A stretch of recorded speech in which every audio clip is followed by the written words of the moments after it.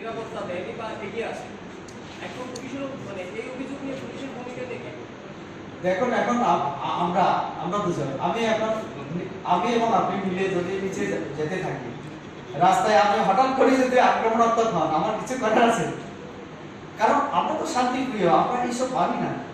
এখন অতর্কিতে যদি হঠাৎ এসে আপনার উপরে আক্রমণ করতে শুরু করে, আপনি কোন পুলিশকে খবর দেবেন?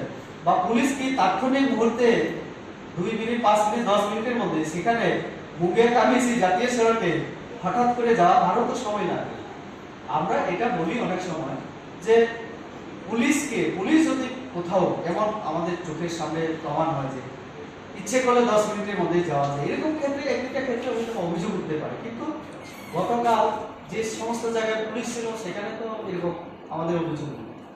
এই খবর বিশেষ করে আমরা টাকার জেলার উপর দিয়ে আমাদের গোমতী জেলা, সাউথ ত্রিপুরা জেলা এবং আমাদের সিপাহী জেলা সহ কয়েকটা জেলার লোক আসার কথা ছিল এবং আসছিল ওই রাস্তা দিয়ে। অতর্কিতে তাদের উপরে আক্রমণ করা হয়। কিছুটা সময় হলেও তারা বাধাপ্রাপ্ত হয়। ফলে আমাদের জেপি নাড্ডাজি একটা 5-এর মধ্যে আমাদের মানে সভাস্থলে যাওয়ার কথা ছিল। ওই সময় কিছুক্ষণ আটকে যাওয়ার পরে তাদের আসতে দেরি হয়, একটা পয়েন্ট। অন্যদিকে আমরা দেখেছি মুঙ্গিয়াকামিতে 2টা গাড়ির উপরে আক্রমণ করা হয়। এইভাবে মোহনপুরে হয়েছে বিভিন্ন জায়গায়। তো তারপরে একটু গাড়িগুলির যে গতি এটা বাধাপ্রাপ্ত হয় এবং যে সময় আসার কথা মাঠের মধ্যে সভাস্থলে, তারা একটু দেরিতে সেখানে জিরা নিয়ে এসে পড়ে। অন্যদিকে আমরা দেখেছি একটা 5-এ যেহেতু নাড্ডাজি যাওয়ার কথা, পুলিশের তরফ থেকেও একটা সময় পুরো রাস্তাকে একটু ভিআইপি যাওয়ার ক্ষেত্রে যাতে অসুবিধা না হয় তার জন্য আটকে দেওয়া হয়। ফলে হাইওয়েতে অনেক গাড়ি জমে যায়। বিভিন্ন মালের যে লরিজগুলি, ট্রাক গাড়িগুলি এবং অনেক যাত্রীবাহী অনেক বাস, অন্যান্য গাড়ি, আমাদের কার্যকর্তারা যে গাড়ি নিয়ে আসছিল সেই গাড়িগুলিও আটকে পড়ে। এইভাবে আমাদের রেল স্টেশনে আটকে পড়ে। কারণ রেল স্টেশন জিরানিয়া থেকে আমাদের কুমুলুকে লোক আনার জন্য আমাদের 7-8টা বাস আমরা ঠিক করে রেখেছিলাম, আরো 10টা ছোট গাড়ি আমাদের ঠিক করা ছিল। অর্থাৎ উত্তর অনুভূতি এবং ধলাই জেলার কয়েকটা মন্ডল থেকে ট্রেনে আসার কথা, তাদেরকে ওই জিরানিয়া রেল স্টেশন থেকে আনার জন্য এই বাসগুলি গাড়িগুলি ঠিক ছিল। ফলে এক সময় সিপিএম করা যারা এত দুষ্ট বুদ্ধি সম্পন্ন, তারা এখন মাথাতে গিয়ে সেই বুদ্ধি তারা প্রয়োগ করছে। তার জন্য আমরা একটা সময় লাল যেহেতু ছিল, এখন আবার মাথা নাম নিয়েছে, তার জন্য আমরা নাম দিয়েছি লাল মাথা। এটা একদম সত্য। আমি হয়তোবা সব জায়গায় আমি নাম দিতে পারবো না, কিন্তু 1-2টা ঘটনা আমরা যদি তথ্য আমার কাছে এই মুহূর্তে আমি নাম দিতে পারবো না, কারণ তথ্য আমি আনিনি সেটা। কারণ যে জায়গায় আমরা এফআইআর করছি সেখানে আছে এরকম অনেক নাম। তো এটা হচ্ছে একটা কথা। আর একটা কথা, মাঠের মধ্যে কতজন ছিল এটা না আপনি হিসাব করতে পারবেন না আমি হিসাব করতে পারবো। আমি তো দাবি করে বলছি যে আমাদের মাঠেও অনেক লোক ছিল, প্রচুর লোক ছিল। কিন্তু আমি এটাও তো বলছি যে রৌদ্রের কারণে 1 ঘন্টা বসবেন, 2 ঘন্টা বসবেন। আমি মিডিয়াকে বারবার ফলো করছিলাম। আমাদের জেপি নাড্ডাজি ওনার ভাষণে বলেছেন যে আমি আর সময় নিতে চাই না, এখানে যারা মিডিয়া আছেন আপনারা খুব কষ্টে দাঁড়িয়েছেন। উনি সেই কথা কেন বলেছেন? কারণ যারা আমাদের সামনে ছিল, আমরা তো একটা স্টেজে ছিলাম, কিছু তো আমরা রৌদ্রের হাত থেকে আমাদের উপরে ছায়া দিয়েছিল, কিন্তু আপনাদের ছিল না। তো সাধারণ মানুষ, আপনি ভাবুন, যদি কোনো ব্যক্তি 12টা থেকেও যদি সেখানে চেয়ার ছিল বসতে শুরু করে, উনি 2টার সময় গিয়েছেন, 2 ঘন্টা বসা, তো কাজে সেখানে দোকান বন্ধ করে দেওয়া হয়েছিল সব বুদ্ধি করে, তারা ষড়যন্ত্র করে। অনেক ব্যবসায়ীরা আমাদেরকে বলেছেন আমরা বিজনেস করতে চাই, কারণ আমাদের জনজাতিটা এমনিতেই গরিব, সেখানে লতা পাতা দিয়ে বাস করে নিয়ে তো ব্যবসা বাণিজ্য করে। আর চিপসের দোকান, পানের দোকান, ওই দিন তারা বুক বেঁধেছিল এই আশায় কি যে আগামীকাল জনসভা হবে, আমাদের জিনিসপত্র আমরা বিক্রি করতে পারবো, আমাদের কিছু ইনকাম হবে, বাড়তি ইনকাম। জলের বোতল আমরা পাইনি। আমরা যে জল নিয়ে গিয়েছি, আমাদের জিরা নিয়েও গাড়ি আটকে যাওয়ায় আমরা পরবর্তীকালে জল আপনাদেরকেও আমরা ব্যবস্থা করতে পারিনি। যে জল নিয়ে গিয়েছিলাম শেষ হয়ে গেছে। আমাদের গাড়ি থেকে নামিয়ে আমরা জল খেয়েছি। মানে কি আপনি কি বলতে চাইছেন যে বাজার বন্ধটাও কি একটা বিশাল এটাও চক্রান্ত। কিন্তু জনগণ বুঝতে পেরেছে এটা কাদের স্বার্থে করেছে, মানুষের স্বার্থে তারা করেনি, মাথা তাদের স্বার্থে করেছে। আর এটা দিয়ে তো বিজেপিকে রোখা যায়নি, তার জন্য তো আমি বললাম আমাদের টার্গেট অনুসারে লোক গেছে, আরো বেশি গেছে। কিন্তু ওই রৌদ্রের প্রচন্ড রৌদ্রের কারণে মাঠে হয়তো বা আমরা 3 ঘন্টা বসাতে পারিনি, এটা তো আমিও স্বীকার করছি, আমরা স্বীকার করছি। কিন্তু সবার উন্নয়ন চায়। উনি বলছেন সবকা সাথ সবকা বিকাশ, এই কথাটা শুধুমাত্র স্লোগানই রয়েছে, কিন্তু হয়েছে সব মন্ত্রীদের বিকাশ, সব নেতা মন্ত্রীদের বিকাশ। একেবারে ডাইরেক্ট কথাটা দিন স্ক্রিপ্টটা মাথায় দিন। এটা সম্পূর্ণ ভিত্তিহীন। আমরা যদি কিছু করে থাকি তাহলে সাধারণ মানুষের জন্য আমরা করেছি। ভ্যাকসিন তো আমরা সবাই পেয়েছি, শুধু মন্ত্রী পাইনি। ভ্যাকসিন যে এই কথা বলেছে সেও পেয়েছে। ভ্যাকসিন দেওয়ার ক্ষেত্রে কি আমরা বলেছি যে আমরা শুধু নেতা মন্ত্রী পেয়েছি? না, বিরোধীরা বলেছিল ভ্যাকসিন নিও না, কারণ এই ভ্যাকসিনের কোনো গ্যারান্টি নেই। নরেন্দ্র মোদী কেন ভ্যাকসিন নেননি, রাষ্ট্রপতি কেন নেয় না, একটা সময় বলেছিল। আর পরবর্তীকালে চুরি করে চুপি চাপি সবাই নিয়েছে। প্রধানমন্ত্রী আবাস যোজনায় আমরা তো একদিনের মধ্যে 1,47,000 ঘর আমরা দিই, সেটা কি নেতা মন্ত্রীরা পায়? সেটা তো নিশ্চয়ই 2011 সালে আমাদের সেন্সাসে যেগুলো যে ব্যক্তি পরিবার গরিব বলে সেখানে লিস্টের মধ্যে এসে তাদেরকে আমরা দিয়েছি, ঠিক আছে না? 8টা জাতীয় সড়ক সবার জন্যই তো, সব জেলাকে জুড়ে দেওয়া, সব আমার রাজ্যের সমস্ত এলাকা যাতে তার বেনিফিট পায়। আমরা একলব্য বিদ্যালয় করছি, ওই যারা পড়ে তার ছেলেও সেখানে পড়াশোনা করবে, মেয়ে পড়াশোনা করবে। তো এতে শুধু নেতা মন্ত্রী কি আছে? হয়তো বা প্রোটোকল অনুসারে একটা সিকিউরিটি গার্ড পাবে, একজন মন্ত্রী তো সেই সিপিএম হলে পাবে।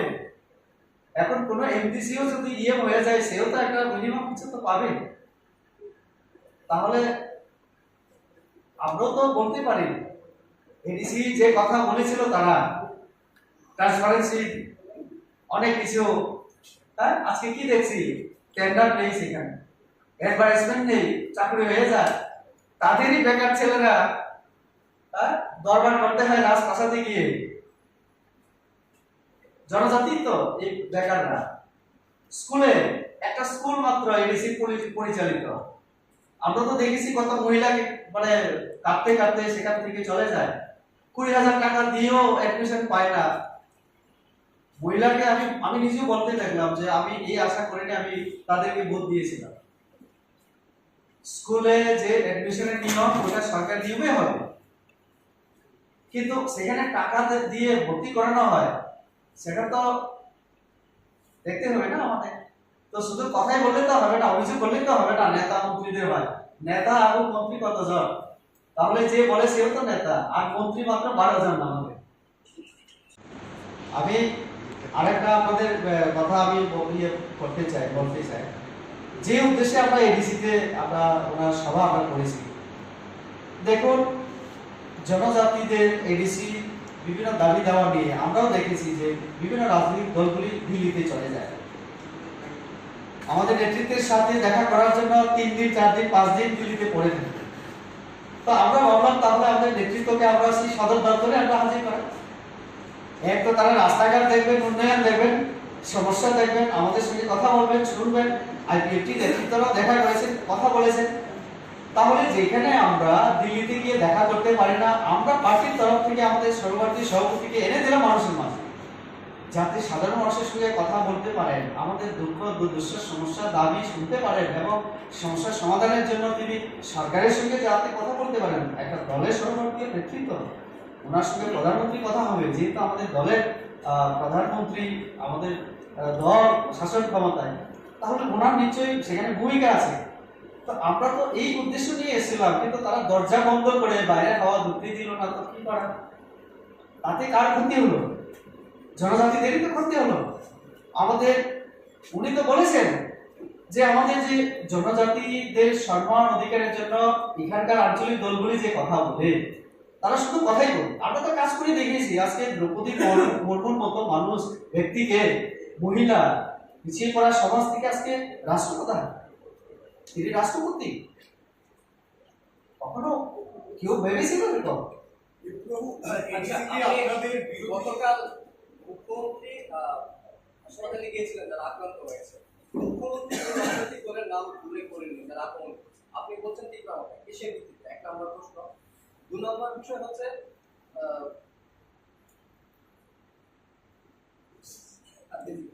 আচ্ছা ওকে দেখুন, মুখ্যমন্ত্রী তো আপনারও আমারও সবার, আমরা রাজনৈতিক দল হিসেবে বলছি এখন। এবং গতদিন তিনি সঙ্গে সঙ্গে গিয়েছিলেন, সিএম ডেপুটি সিএম ওনাদের দায়িত্ব পালন করেছে। মুখ্যমন্ত্রী, উপমুখ্যমন্ত্রী বা মন্ত্রী হিসেবে তারা গেছে। হয়তো বা তাড়াহুড়োর মধ্যে কে মেরেছে কি মেরেছে এটা তো পুলিশের সঙ্গে কথা বলতে হবে, আমাদের কর্মীদের সঙ্গে কথা বলতে হবে। আমরা সমস্ত কিছু তথ্য দিয়ে কনফার্ম হয়ে একদম নিশ্চিত হয়ে আজকে আপনাদের দিচ্ছি। তাহলে এত শক্তি প্রয়োগ করার কি দরকার ছিল? আমাদের গাড়ি যেগুলো আসছিল, আমি তো বলেছি হিসাব, আমাদের কাছে গাড়ির হিসাব আছে। গন্ডাছড়া থেকে 104টা গাড়ি এসছে, 1300 টু একটা গাড়ি নষ্ট হয়ে ফিরে যায়, মানে 104টার মধ্যে 103টা তো আমাদের এখানে এসেছিল। কিন্তু কোথাও কোথাও কি হয়েছে, সভা ঠিক সময় মানে সভাস্থলে তারা আসতে পারেনি, ফলে আমাদের সভা প্রায় শেষের পথেও তারা অনেকে আসছিল। তখন আমি দেখেছি কয়েকটা গাড়ি, আমি যখন চলে আসার জন্য ওইখান থেকে আমি গেটের মধ্যে ছিলাম, তখনও গাড়ি আসছিল আমাদের। তো এটা কোনোভাবে প্রবলেম, আমাদের টার্গেটই ছিল 27,000 সামথিং, আমরা যেভাবে আমরা হিসাব করেছিলাম 30,000 প্লাস। কাঞ্চনপুর থেকে আমি তো বললাম 120 জন, 3টা বাস এসছে আমাদের, 40 জন করে 120 জন। কিন্তু আমাদের আজকে মন্ডল সভাপতি এখনো আছেন আমাদের পার্টি কার্যালয়ে, তিনি একটা কাজে আমাদের আগরতলায় আছেন, মন্ডল সভাপতি কার্যালয়ে। একটু আগে আমার সঙ্গে কথা হয়েছে, উনি হিসাব দিয়েছেন 3টা বাস আসার পরেও আমাদের কিছু কার্যকর্তা যাদের নিজস্ব গাড়ি আছে তারা আরো 3 জন 4 জন করেও তারা এসছে, আরো 2-3টা গাড়ি বেশি আসছে, অর্থাৎ আগের থেকে বেশি।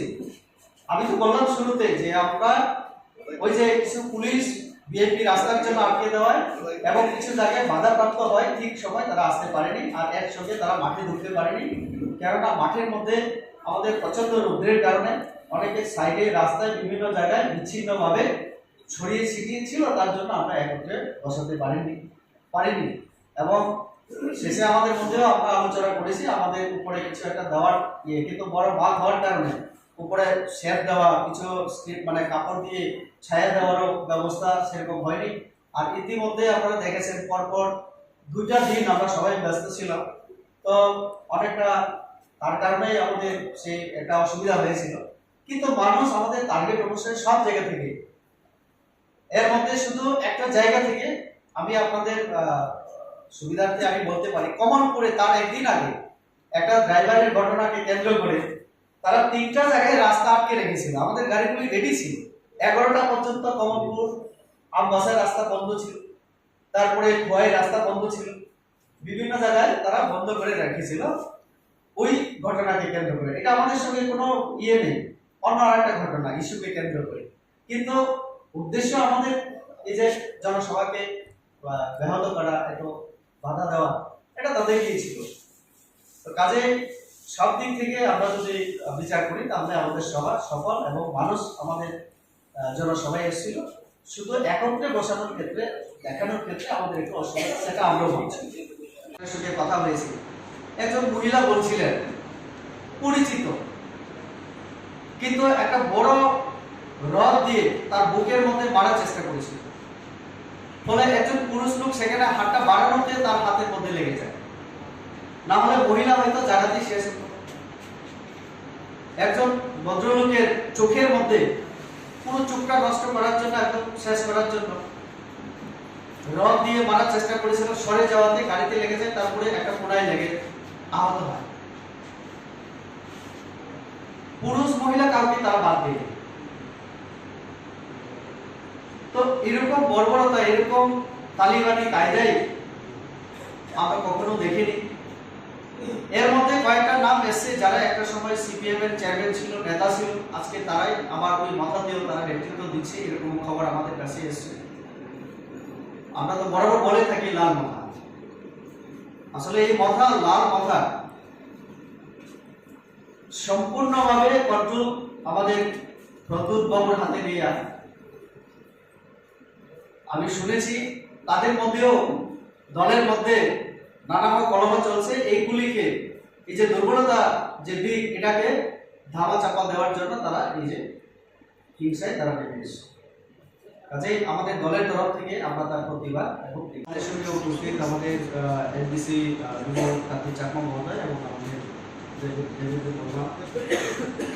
আপনারা যারা উপস্থিত সবাইকে আমার ব্যক্তিগত তরফ থেকে এবং দলের তরফ থেকে শুভ সন্ধ্যা এবং শুভেচ্ছা জানাচ্ছি এবং গণেশ পুজোর উপলক্ষেও সবাইকে আমার আন্তরিক শুভেচ্ছা। আসার জন্য আপনাদেরকে সবাইকে ধন্যবাদ। আমরা যে বিষয় নিয়ে আজকে আপনাদেরকে এখানে আসার জন্য আমরা অনুরোধ করেছি সেটা হচ্ছে, আপনারা জানেন আমাদের গত 29 তারিখ সর্বভারতীয় আমাদের সভাপতি জেপি নাড্ডাজি একটা জনসভা আমরা এডিসি সদর দপ্তর আমাদের কুমলুকে আমরা আয়োজন করেছি। আমাদের সেখানে টার্গেট ছিল বিভিন্ন সাব ডিভিশনকে দেওয়া, কোথাও 100, 150, কোথাও 1000, 1500, দূরবর্তী মহকুমাগুলিকে আমরা কম দিয়েছি। কাঞ্চনপুরের মতো জায়গায় আমাদের সংগঠন বেশ শক্তিশালী, তারপরেও আমরা সেখান থেকে মাত্র 120 জনের আমরা কোটা দিয়েছিলাম। উত্তর ত্রিপুরা থেকে 800 সামথিং, অনুভূতি থেকে 1000 একটু বেশি, ধলাই জেলা থেকে এরকম যেমন আমবাসা 500 টার্গেট, গন্ডাছড়া রাইমাবিলি যেটা 600 টার্গেট, কিন্তু সেখান থেকেও পরে 1300 লোক এসছে 104টা গাড়িতে। এরকম গোমতী জেলায় আমাদের টার্গেট ছিল 4000 প্রথমে, পরবর্তীকালে আমাদের কার্যকর্তারা সবাই বললো যে এত কম কোটা, আমরা আরো বেশি আসতে চাই, সেইভাবে তাদেরকে আরো কোটা বাড়ানো হয় এবং প্রায় 7500 লোক। এইভাবে সারা ত্রিপুরা রাজ্য থেকে 27000 সামথিং আমাদের হিসাব ছিল, যেটা আমরা টার্গেট করেছিলাম কম ধরে। আমাদের কাছে যতটুকু হিসাব 30,000 এর উপরে লোক আমাদের বিভিন্ন মন্ডল সাব ডিভিশন থেকে আমাদের খুবলকের উদ্দেশ্যে তারা রওনা দিয়েছিল সকাল 7টা, 8টা, 9টা, বিভিন্ন সময় দূরবর্তী এলাকা থেকে 6টা, 7টা বা 8টার মধ্যে। এর মধ্যে আপনারা নিশ্চয়ই জানেন, সবাই অবগত আছে, কিছু কিছু মহল থেকে আমাদের সেই অনুষ্ঠানকে বানচাল করার জন্য নানান ধরনের চক্রান্ত করা হয়েছে এবং পরবর্তীকালে আমরা দেখেছি কয়েকটা জায়গায় অতর্কিতে শান্তিপূর্ণভাবে মিছিলে যোগদানের জন্য গাড়িতে করে আসছিলেন আমাদের কার্যকর্তারা, অতর্কিতে অস্ত্রশস্ত্র নিয়ে বিভিন্ন লাঠি বিভিন্ন জায়গায়, কয়েকটা জায়গায় অতর্কিতে হামলা চালানো হয় এবং আমাদের মহিলা সহ অনেক বয়স্ক অনেক লোক আহত হয়। তারাই সেখানে আমরা গিয়েছিলাম। আমরা বলেছি আপনারা একতাবদ্ধভাবে পাড়ার সকলে আপনারা কথা বলুন। এমনকি আমি বলেছি যে যারা আইপিএপি এবং যারা এই যে মাথার নেতৃত্ব তাদের সঙ্গে কথা বলুন, কারণ আমি শুনেছি মহারানী এলাকায় এইসব যারা করছে তারা কিন্তু বাইরে থেকে গিয়েও করছে। কেউ কেউ খোয়াই এলাকা থেকে, কেউ কেউ আসারামবাড়ি এলাকা থেকে, তেলেবড় ওই সব এলাকায় বা আমাদের মুঙ্গিয়াকামি এলাকায় এরকম সন্ত্রাস করার জন্য তারা প্রয়াস চালাচ্ছে। আমি বলেছি আমাদের কার্যকর্তাদেরকে যে আপনারা হিংসায় যাবেন না, সংঘর্ষে যাবেন না, পুলিশকে খবর দেবেন। সব জায়গায় আমরা বলেছি এবং আমাদের কাছে খবর এসেছে, সব জায়গায় পুলিশকেও বলা হয়েছে, এফআইআর করা হয়েছে। পুলিশ কোথাও কোথাও বাড়ি করে তাদেরকে খোঁজার জন্য কয়েকবার গেছে, কিন্তু তারা পলাতক সমাজ। বিভিন্ন জায়গায় পুলিশ সক্রিয় আছে। আমরা পুলিশকে আমাদের যে সমস্ত জায়গায় এই ঘটনা ঘটেছে বা আরো করার চেষ্টা হচ্ছে সেখানে আমরা বলেছি যে আরো অ্যাক্টিভ হওয়ার জন্য। কাজে আমরা এই ঘটনার তীব্র নিন্দার সাথে সাথে আমরা আহ্বান রাখতে চাই আমাদের কর্মীদের এবং ত্রিপুরাবাসী সবাইকে যে শান্তির পরিবেশ বজায় রাখুন। আমরা মানুষের সাথে আমরা কাজ করছি এবং আমরা যে কথা আমরা 18 আগে বলেছিলাম, সবকা সাথ সবকা বিকাশ, সবাইকে নিয়ে চলার আমাদের মানসিকতা। তো কাজে যাতে হিংসায় কেউ তাদের পাতানো ফাঁদে কেউ যেন পা না দেয়, আমরা শান্তি এবং উন্নয়নে বিশ্বাস করি। এ কথা আমাদের কার্যকর্তার উদ্দেশ্যে এবং আপনাদের মাধ্যমে আজকে একটা বার্তা সেটাই আমরা দিতে চাই যে হিংসা দ্বারা কোনো উন্নতি, কোনো খালসা কখনো সম্ভব না। আমরা দেখেছি আমি যে লোকগুলো অনেক মানে আমাদের কর্মীরা পায়ে হেঁটে আমাদের সভাস্থলে যায়। অন্যদিকে আরেকটা অসুবিধা আমরা লক্ষ্য করেছিলাম, সেটা ছিল প্রচন্ড রৌদ্রের কারণে অনেক লোক মানে এদিকে ওদিকে এক জায়গায় তারা বসতে পারেনি, কারণ 11টা থেকে লোক আসতে শুরু করেছিল, 12টা 1টা 2টা অবধি তারা অপেক্ষা করছিলেন আমাদের নাটরাজির জন্য। তার মধ্যে আমাদের ভাষণ শুরু হয় এবং নাটরাজি প্রায় 2টার সময় সেখানে পৌঁছায়। এটা হচ্ছে একটা দিক।